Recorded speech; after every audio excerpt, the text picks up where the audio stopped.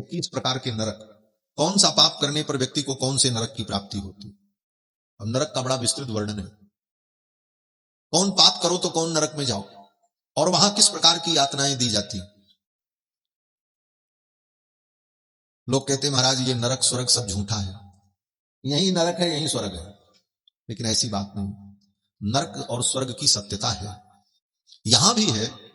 नरक और स्वर्ग है क्या, बोले पुण्य का फल भोगने के लिए स्वर्ग और पाप का फल भोगने के लिए नरक। और पुण्य का फल और पाप का फल, जो छोटे छोटे पुण्य हैं छोटे छोटे पाप हैं, उनका फल भोगने के लिए यहीं पर व्यवस्था है। जैसे व्यक्ति कोई छोटा अपराध करता है तो धारा 151 लगती है, तो क्या होता है, बोले सीधे सीधे थाने से ही जमानत हो जाती है, निजी मुचलका भर करके आप वहीं से छूट के चले आओ। लेकिन कोई बड़ी धारा लग गई, बोले तब जेल ही जाना पड़े, फिर तो हाई कोर्ट से ही जमानत होगी। उसी प्रकार जो छोटे छोटे पाप हैं उन पापों का फल तो यही जीव भोग लेता है, लेकिन जो बड़े बड़े पाप हैं उन पापों का फल यहां भोगना संभव नहीं। इसलिए उन पापों का फल भोगने के लिए जीव को नरक में जाना पड़ता। क्यों, बोले यहां वो व्यवस्था नहीं हो सकती। क्यों, बोले जैसे किसी व्यक्ति ने एक व्यक्ति की हत्या की तो उसको यहां का न्यायालय क्या दंड देगा, बोले ज्यादा से ज्यादा दंड देगा तो मृत्यु का दंड देगा, बोले फांसी चढ़ा दो, आजीवन कारावास चाहे मृत्यु दंड। और जिसने 50 व्यक्ति की हत्या की, 100 व्यक्ति की हत्या की, बम विस्फोट कर दिया, हजारों मर गए, उस व्यक्ति को इस देश का न्यायालय, इस पृथ्वी के किसी भी देश का कोई कानून क्या दंड देगा, बोले यही दंड देगा, फांसी चढ़ा दो, इससे ज्यादा क्या कर सकते। तो जिस व्यक्ति ने 500 व्यक्ति को मारा उसको भी फांसी, और जिसने 5 व्यक्ति को मारा उसको भी फांसी, और जिसने 1 को मारा उसको भी फांसी। तो दंड बराबर कहां हुआ, ये दंड तो दंड नहीं हुआ। उचित दंड तो यह है कि जिसने 500 व्यक्ति की हत्या की उसका पाप ज्यादा है, उसको ज्यादा दंड मिलना चाहिए। और अधिकतम दंड आप मृत्यु दंड ही दे सकते हैं, उससे ज्यादा दे नहीं सकते। क्यों, बोले कई बार में आदमी मर जाएगा, दोबारा मारने लायक रहेगा नहीं। तो फिर उसके अन्य पापों का प्रायश्चित कैसे होगा। जिसने 5 व्यक्ति की हत्या की उसको भी मृत्यु दंड, जो 500, 5000, 5 लाख मारे उसको भी आप मृत्यु दंड ही दे पाएंगे, इससे ज्यादा कुछ नहीं दे पाएंगे। तो ये न्याय नहीं हुआ। न्याय तो यह है कि जिसने 50 व्यक्ति की हत्या की उसको 50 बार मरने के बराबर कष्ट हो, तब उसके पाप का प्रायश्चित हो। बोले ये व्यवस्था मृत्युलोक में संभव नहीं, इसीलिए भगवान ने नरक बनाया है। वहां ले जाकर के उसको उतना ही दंड दिया जाएगा, और जब तक उसके पापों का प्रायश्चित नहीं हो जाएगा तब तक उसे दंड देते रहेंगे। वहां व्यक्ति मरेगा नहीं। क्यों, बोले यहां के शरीर की एक सीमा है, यहां के शरीर की एक सीमा है, यहां सीमा से ज्यादा आप सुख नहीं भोग सकते, सीमा से ज्यादा आप दुख नहीं भोग सकते। इस शरीर से इसकी एक निश्चित सीमा है। इस शरीर से ज्यादा सुख भोगोगे संभव नहीं है, सीमा से ज्यादा सुख नहीं भोग सकते, शरीर सहन नहीं करेगा। और सीमा से ज्यादा दुख नहीं भोग सकते, शरीर सहन नहीं करे। अत्यधिक पीड़ा होगी तो व्यक्ति मर जाएगा, और बहुत ज्यादा सुख मिल जाए, बोले इच्छा तो बहुत है महाराज खूब खाएं रबड़ी, 1 किलो रबड़ी खा गए लेकिन अभी मन नहीं भरा, बोले और खा लो 2 किलो, बोले तब तो मरिए जाओगे, कुछ ना कुछ अनर्थ हो जाएगा। सुख भोग नहीं सकते, इच्छा तो रहेगी लेकिन शरीर की एक सीमा है। इसलिए अत्यधिक सुख भोगने के लिए स्वर्ग और अत्यधिक दुख भोगने के लिए नरक, और दोनों जगह पर अलग अलग शरीर प्राप्त होता है, उसको यातना शरीर कहते हैं। स्वर्ग में जो शरीर मिलता है सुख भोगने के लिए वो देव विग्रह, देव शरीर होता है, देव शरीर से सुख भोगते हैं। और नरक में जाकर के जो दुख भोगते हैं उसका नाम यातना शरीर है। वो यातना भोगने के लिए स्पेशल शरीर परमात्मा के द्वारा दिया जाता है, और उस शरीर की विशेषता होती है कि उसको चाहे काटो चाहे तोड़ो प्राण नहीं निकलेगा, दुख होगा। क्यों, बोले दुख भोगने के लिए मिला है, मर गया तो दुख कहां से भोगेगा, मर जाएगा तो दुख नहीं भोग सकता। इसलिए उसको यातना शरीर देकर के उसके सारे पापों का प्रायश्चित कराया जाए। कहते महाराज नरक बना करके भगवान ने तो बड़ा गड़बड़ किया, भगवान तो बड़े दयालु हैं, ये नरक भगवान बनाते क्यों हैं। बोले इस नरक बनाने में भी भगवान की दयालुता है।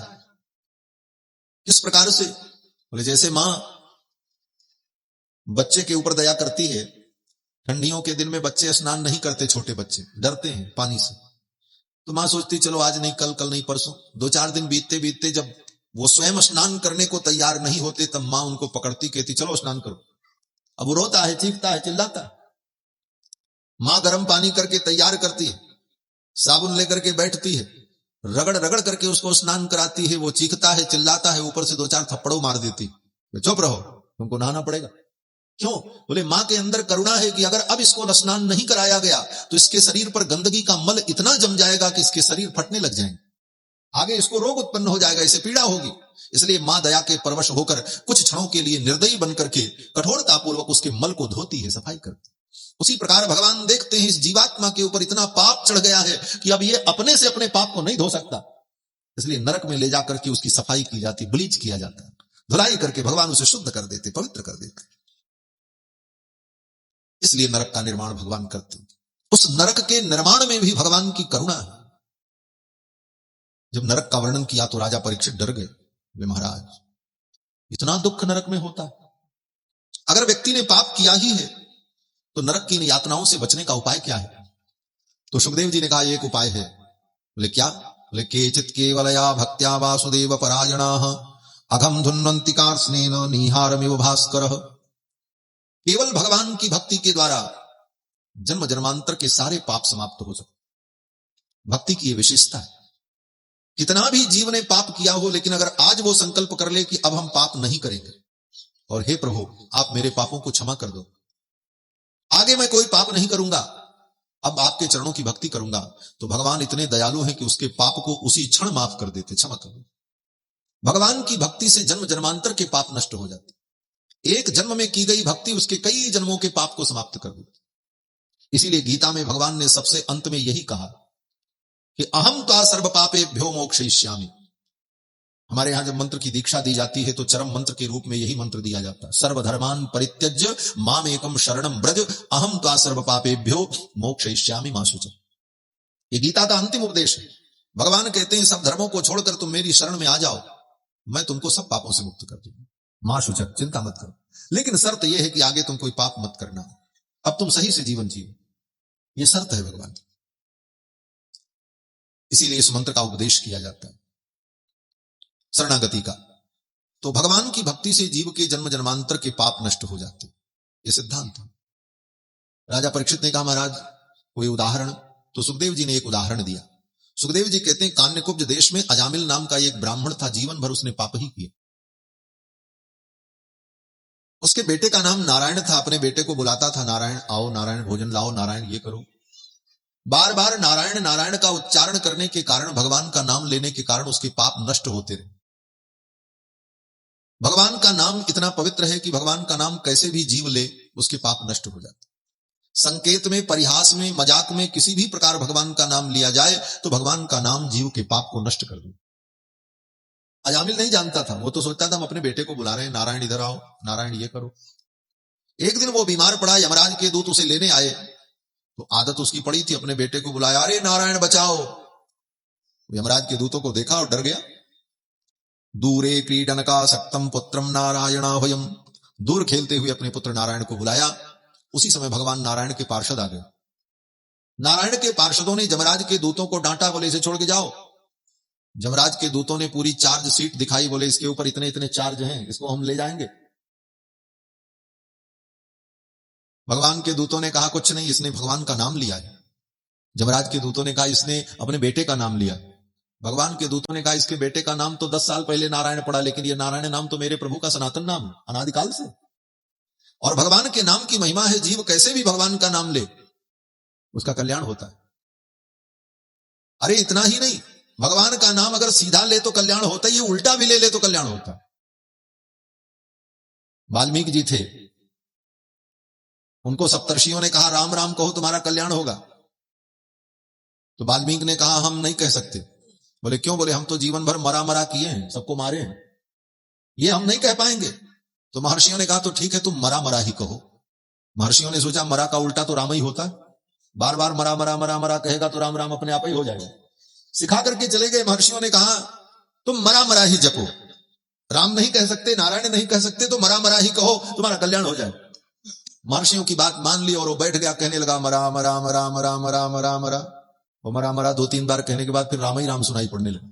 और परिणाम बोले समस्त पापों से मुक्त होकर के ब्रह्मर्षि बन गए महर्षि वाल्मीकि। उल्टा नाम जपत जग जाना, वाल्मीकि भय ब्रह्म समाना। उल्टा नाम जपत जग जाना, वाल्मीकि भय ब्रह्म समाना। वाल्मीकि भय ब्रह्म समाना, वाल्मीकि भय ब्रह्म समाना। उल्टा नाम जप करके वाल्मीकि ब्रह्मर्षि हो गए। तुलसीदास जी महाराज लिखते हैं कि राम बिहाय मरा जपते, राम नहीं जपा, मरा जपा। राम बिहाय मरा जपते बिगड़ी सुधरी कवि को किल हूं की। ये भगवान के नाम की महिमा। जब दूत चले गए, जमराज के दूत छोड़ करके चले गए, जाकर के जमराज के सामने अपना कागज पत्र पटक दिया, बोले संभालो अपना, आपन तेज संभालो आप है। जमराज ने कहा क्या कहूंगा? दूतों ने कहा महाराज अब आपकी इस जमपुरी में कोई आने वाला नहीं। बोले क्यों? बोले कोई व्यक्ति अपने बेटे का नाम नारायण रखेगा, कोई गोविंद रखेगा और सब वैकुंठ चले जाएंगे। अब कोई पापी यहां आने वाला नहीं, ये विभाग बंद किया जाए, इस विभाग की अब कोई जरूरत नहीं। जमराज समझ गए, जमराज स्वयं भगवान के परम भक्त हैं, उनका नाम है धर्मराज, सबका नियमन करते हैं इसलिए उनका नाम यमराज है। यमयति नियमयति, जो सबको नियम में बांध करके रखते हैं इसलिए उनका नाम यमराज है। वो स्वयं भगवान के परम भक्त हैं। उन्होंने कहा देखो ये भगवान की भक्ति की महिमा है, भगवान नाम की महिमा है, तुम नहीं समझ सकते, इसलिए तुम तो केवल इतना ही समझो कि किसी भी जीव को जब पकड़ने जाओ तो सावधानी रखना। दूतों ने कहा क्या सावधानी? तो जमराज ने अपने दूतों को सिखाया कि जिह्वान वक्त्र भगवत गुणनाम धेयम, जिसकी जीभ कभी भगवान का गुणानुवाद न करती हो, जिह्वान वक्त्र भगवत गुणनाम धेयम, जिसकी जीभ कभी भगवान का नामोच्चारण न करती हो, चेतश्च न स्मरति तच्चरणारविंदम, जिसका चित्त कभी भगवान के चरणारविंद का स्मरण नहीं करता, कृष्णाय नो नमति यच्छिर एकदापि, जिसका सिर कभी भी एक बार भी भगवान कृष्ण के चरणों में नहीं झुकता, तानानयध्व, ऐसे आदमियों को पकड़ के ले आना। और जो गोविंद के चरणों में प्रणाम करता हो, जो गोविंद की कथा सुनता हो, जो भगवान का नामोच्चारण करता हो, उसे तुम पकड़ करके मत ले आना, उसके स्वामी तो भगवान है। ये यमराज ने अपने दूतों को उपदेश किया है। इसके बाद भी अगर कोई प्राणी नरक में जाए तो अब उससे बड़ा भागा कौन होगा? भगवान का नाम, भगवान की कथा, भगवान का गुणानुवाद, इतने साधनों के होने के बाद भी पाप के कारण व्यक्ति को नरक जाना पड़े। और वो भी भगवान का नाम लेने में कौन मेहनत लगती है? जीभ आपकी अपनी है, किसी से उधार लेने की जरूरत नहीं, किराए पे लेने की जरूरत नहीं, जीभ अपने पास हो। भगवान का नाम लेने के लिए किसी को पैसा भी देने की जरूरत नहीं, न उसमें कोई विधि है कि नहा करके लेना है, कि खा करके लेना है, कि व्रत करके लेना है। कैसे भी भगवान का नाम लो, सोते बैठते उठते नहाते धोते जब याद आ जाए श्री कृष्ण गोविंद हरे मुरारे, हे नाथ नारायण वासुदेव। इसके बाद भी हम दिन भर दुनिया के प्रपंच की बातें करते हैं, लेकिन 10 बार प्रेम से भगवान का नाम नहीं ले पाते। ये दुर्भाग्य ही तो। अजामिल को ज्ञान हो गया, जमराज के दूत तो चले गए, भगवान के दूत भी उसे छोड़ करके चले गए। इस दृश्य को अजामिल ने देखा, अजामिल ने सोचा अरे मैंने अपने बेटे नारायण को बुलाया तो भगवान के पार्षद आ गए, अगर मैं प्रेम से भगवान के नाम का उच्चारण करता तो भगवान की मेरे ऊपर कितनी कृपा होती। उसको वैराग्य हो गया, उसी दिन उसने संकल्प कर लिया मैं कोई पाप कर्म नहीं करूंगा, और बद्रीनाथ धाम में जाकर खूब भगवान के नाम का जप किया। और इसी जन्म में, पूरा जीवन तो पाप ही किया था, जीवन के अंतिम उत्तरार्ध में, जीवन के समापन के अवसर पर कुछ दिनों तक भगवान के नाम का जप किया और जन्म जन्मांतर के उसके सारे पाप समाप्त हो गए, और मरने के बाद उसे वैकुंठ की प्राप्ति हो गई, नरक की यातना से वो बच गया। इस कथा का यही सार है कि भगवान के नाम का खूब जप करो, और भगवान का कोई नाम छोटा नहीं, कोई बड़ा नहीं, सब नाम बराबर है। चाहे कृष्ण कहो, चाहे गोविंद कहो, चाहे राम कहो, चाहे नरसिंह कहो, भगवान के सभी नाम बराबर है, कोई नाम छोटा नहीं, कोई नाम बड़ा नहीं, सब नाम भगवान के बराबर है। और भगवान का नाम लेने से जीव के सारे पाप नष्ट हो जाते। और गोस्वामी तुलसीदास जी ने तो अंतिम उपदेश यही दिया। गोस्वामी तुलसीदास जी कहते हैं कि अल्पतो अवधि जीवता में बहु सोच पोच, जीवन में समय बहुत कम है, आधा से ज्यादा जीवन तो बीत गया है। अल्पतो अवधि जीवता में बहु सोच पोच, और जो बचा है उसमें भी कितनी चिंताएं हैं, कितने काम है। अल्पतो अवधि जीवता में बहु सोच पोच, करीबे को बहुत कुछ काह काह कीजिए, करने को बहुत है, क्या क्या करोगे। पारना पुराणन को वेदहूं को अंत नहीं, बाणी तो अनंत मन कहां कहां दीजिए। वेद पुराण शास्त्र में कितनी बातें लिखी हैं, क्या क्या करोगे, कहां तक कर पाओगे, समय कहां है करने। काव्य की कला अनंत छंद को, प्रबंध बहु राग तो रसीली रस कहां कहां पीजिए। बोले तब तो कहते हैं सब बातन की एक बात तुलसी बताए जात, जन्म जो सुधारा चाहो राम नाम लीजिए। बस भगवान का नाम लेते रहो, राम ही सुमिरिए गाइए राम। भगवान का नाम उच्चारण होता रहे, उठते